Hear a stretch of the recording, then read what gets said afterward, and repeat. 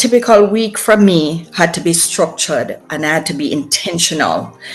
Intentional in getting the little things that mattered, the things that were important to him and his well-being, because regardless of what my day was like, making sure that he got the commissary, the monies on his commissary within the deadline time, because they would give you have to do it on a certain day or else you wouldn't get any food for that week.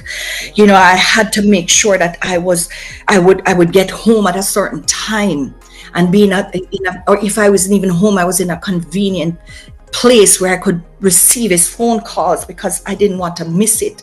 I just wanted to hear his voice, and I wanted to make sure I was there to sow into him, give him the confidence knowing that he wasn't alone at there, because I knew that his only connection to what was normal or what was familiar to him was that phone call. So I would make sure that I was there. That I could even though I was tired, and I would make sure, he didn't sense that I was tired or was too tired to talk to him, or I was sad, because I needed to speak life into him, not to burden him with whatever I was facing, I was there to track his paperwork, because he was always eager to know what was going on. And that was, in the early initial stages. Now that it kind of changed a little bit, because we talk about different things now.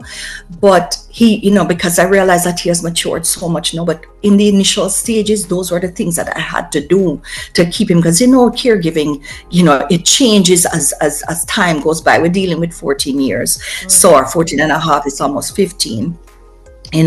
Whenever we visit him, whenever it was possible, I would prepare my heart, because, you have to prepare your heart to go in to deal with whatever emotions come at you. And you have to prepare your heart to leave, because when those doors slam behind you, you know that you're leaving him back there. You can't take him with you.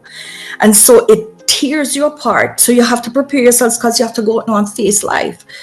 So that is what I did. I reminded him every opportunity I got that he was still loved, and that God was with him, that he's not alone or not forgotten.